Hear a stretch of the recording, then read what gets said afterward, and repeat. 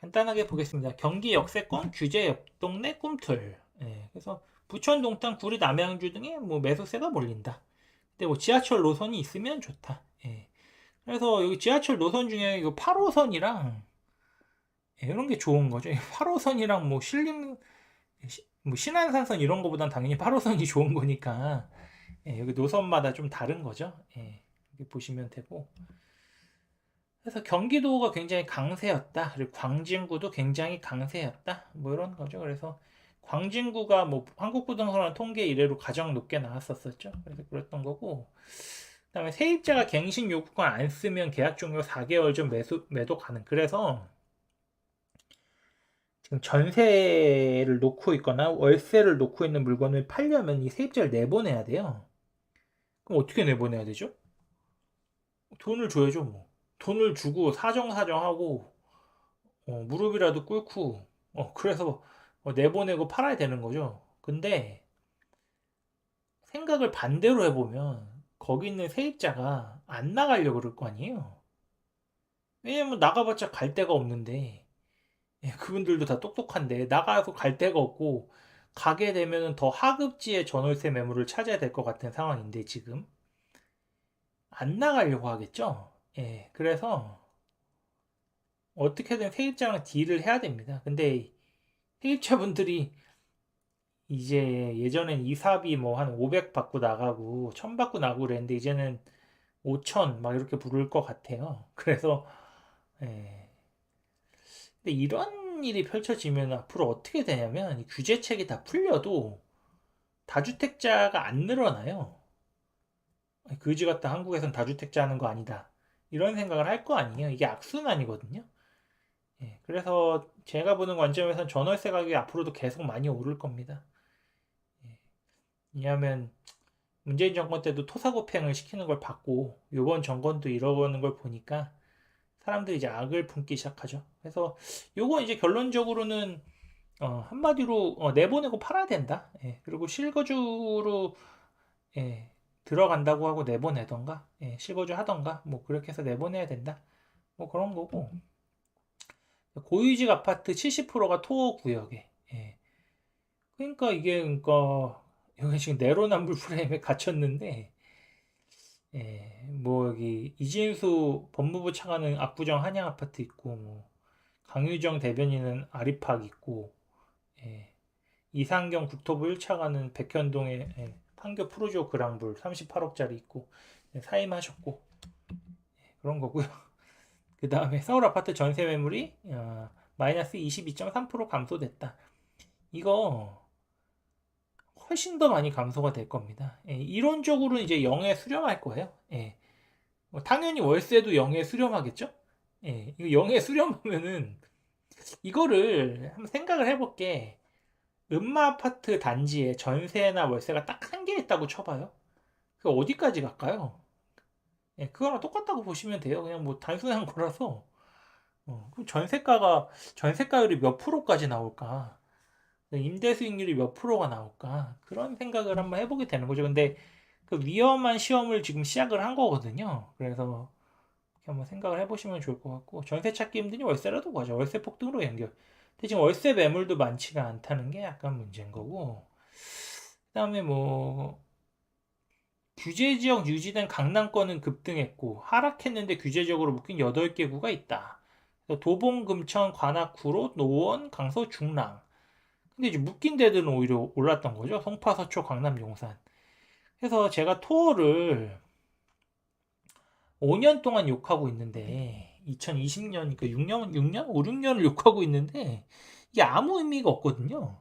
그냥 기분 전환용인데 이거를 지금 서울 전역이랑 이제 수도권에 그러니까 경기도 12개 지역에 했으니까 어떤 결과가 나온지 보면 좋을 것 같고 그래서 여기 서울 인접 경기적 아파트 가격 상승률 보시면은 구리랑 남양주가 이제 계속 올라오고 있는데 이제 더 올라올 거예요. 여기 좀 수요가 몰렸으니까.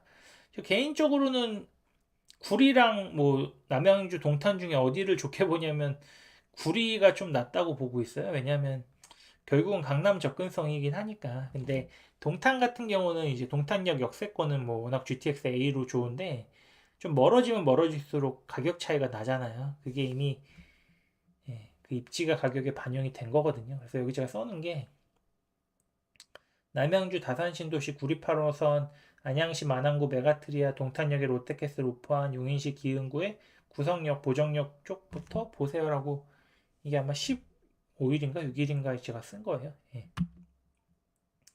그래서 이 전문가들이 다 이번 정책 잘못됐다고 말을 하고 있는 거죠. 보유세는 이제 언제 올릴까? 아마 내년 6월 지방선거 이후에 올릴 거예요. 그러면 27년부터 세금이 증가가 되니까 미리미리 준비를 좀 해놓으신 게 좋겠다. 보시면 되고 단기간 거래량 가격 조정될 듯. 공급 위축의 전세집 감소는 비상. 이 전세가 감소가 되면은 전세 가격이 오를 거 아니에요. 이 주식으로 치면 실적이 좋아지는 거예요. 그러니까 쇼티지죠. 뭐. 쇼티지가 나니까 가격이 오르고 그게 매가에 반영이 된다. 이렇게 보시면 되고요. 당분간 거래 절벽이고 실수요 진입 힘들 듯. 규제를 묶어놨다. 실수요자들이 반발하고 있다. 그런 거고 추가 공급 대책은 빠져. 연말까지 계획 발표. 발표할 거고 뭐 이렇게 전세대출 한도를 이제 DSR에 뭐 1주택자 전세대출 한도 DSR에 포함된다 뭐 이런 거 있는데 전세를 규제를 계속하면 월세가 계속 오를 겁니다. 그렇고 근데 이게 생각을 해볼게. 제가 조금 가슴이 아픈 게 제가 그 부동산 상담 코너 같은 것도 운영하는데 신혼부부들을 굉장히 많이 만나요. 근데 저도 뭐 아기가 있고 아기 아빠니까 그분들을 더 열심히 도와드리고 싶고 뭐 나름 더 열심히 도와드린다고 생각을 하는데 이 월세가 계속 오르면요. 그러니까 한마디로 둘이 더 돈을 벌면 맞벌이를 하면은 한쪽 소득이 다 월세로 나가요. 그럼 아기를 누가 보죠? 아기를 부모님이 봐줘야 될 거 아니에요. 부모님이 안 봐주면은 시터를 써야 되잖아요. 근데 시터를 쓰면서 월세를 한 명 소득으로 다 내고 그럼 돈을 모을 수가 없다는 뜻이에요. 그냥 먹고만 살면서 버틴다는 거거든요. 그럼 미래가 없어요.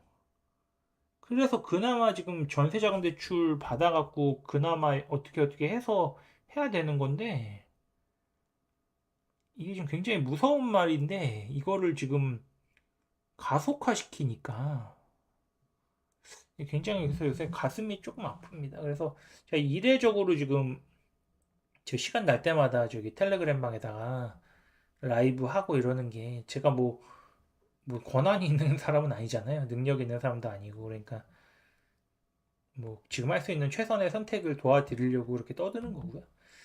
그다음에 뭐 토호제 확대 전 전세 끼고 매입원에 문의세도 그래서 5일장이 펼쳐졌다 이런 거고 공급책 병행해야 집값 잡혀.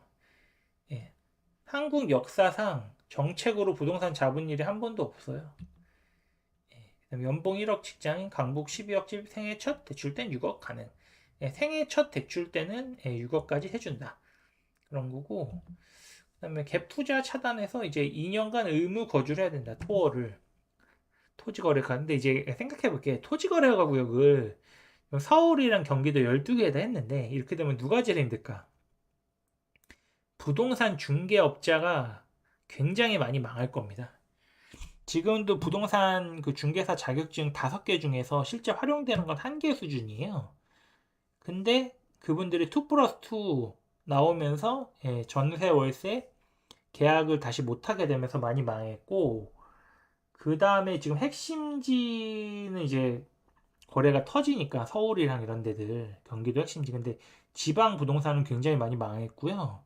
이번에 토어가 나오면서 상당히 또 많은 부동산이 망할 겁니다. 근데 그렇게 망하게 되면 이제 대출 상담사도 당연히 많이 힘들 거고 그 다음에 이사업체, 수리업체, 가정 가구업체도 많이 망할 겁니다. 근데 뭐 그게 현실이니까 그래서 저는 이제 부동산을 워낙 많이 임장을 다니고 만나보고 하면 부업을 많이 하시는데 뭐 붕어빵도 팔고 뭐 쌀도 팔고 미용실도 하고 아니 근데 부동산에 갔는데 미용을 하고 있으면은 뭘 어떻게 해야 되는 거지? 계속 기다려야 되는 건가? 그래서 지금 근데 또 이 토어 약정서 쓰는 것도 좀 부동산 사장님들 배워야 되는데 그거 배우는 것도 이제 약간 시간이 필요할 거예요. 그래서 예전에 서초 쪽에 신반포 2차가 토어였거든요. 그래서 거기 사장님들이 다른 부동산 사장님들 많이 알려주고 그랬어요. 그래서 그런 게 지금 이제 펼쳐질 겁니다. 예. 그리고 요건 이제 투기가열지구의 정비사업 일반 분양 및 조합원 분양 당첨 제한 이건데, 여기서 제가 하나 의미 있는 게 이거거든요. 조합원 분양이 이 그 조정 여기 당초에서 이 투기가열지구로 묶이면은 재당첨 제한이 걸려요. 그러니까 A가 관리처분인가를 받고 내가 B에도 조합원 분양 신청을 하는데 이게 5년 이내면 이게 B를 현금 청산 당합니다. 그래서 이게 둘 다 투기가열지구일 때 발생하는 일인데요. 갑자기 묶였으니까 여기서 이제 피곤한 사람이 뭐죠? 어, 재건축인데 조합원 그러니까 조합 설립됐고 그 다음에 재개발인데 관리처분인가가 됐어. 그럼 매도가 불가능하잖아요, 지금. 1세대 1주택자 10년 보유 5년 거주한 물건만 매도가 되니까 그 외에 뭐 예외 상황이 있긴 하지만 그런 사람 입장에서는 엄청 억울하죠. 이게 지금 엄청 억울할 것 같긴 하고 그러다 보니까 또 억울하고 그다음에 이런 매물이 급매물로 나올 수 있고요. 또는 한 아파트에 물건이 3개, 2개, 뭐 4개 이렇게 하는 사람들 있잖아요. 두세, 4개 이렇게 있는 사람들은 그 현금 청산돼요. 한 개밖에 안 나오기 때문에 조합 설립되기 전에 물건을 팔아야 됩니다. 재건축은. 재개발은 관리 처분되기 전에 팔아야 되고 그런 급매를 잡아야겠죠. 근데 잘 잡으려면 이제 부동산 사장님들이랑 친해야겠죠. 그다음에 조정 대상 지역 투기가열지구 지정에 따른 정비 사업이나 그래서 뭐 여기 조합원 지위 양도 불가, 조합 설립인가 된 재건축, 관리 처분인가 계획된 재개발 구역은 조합원 지위 양도 불가. 그다음에 10월 15일 기준 첫 사업 시행인가를 신청하는 재건축 조합은 조합원당 주택 공급수가 1주택으로 제한. 예. 그래서 근데 이런 걸 하면은 재건축 재개발에서 공급이 될까요? 이 사람들이 깽판을 엄청 넣을 거 아니에요. 비대위 생기고 오세훈 시장이 한강변에 2035년이야 이제 입주 물량이 많이 들어온다고 하는데 재건축 재개발에서 비대위가 없을 때 얘기예요. 이거 재건축 재개발 물건 갖고 계신 분들 아시겠지만 단톡방에서 진짜 오지게 싸웁니다 이거. 근데 이런 걸 하잖아요. 그러면은 이게 뭐 된다고 생각하면 이상한 거 아닌가? 각종 사건 사고가 생길 겁니다.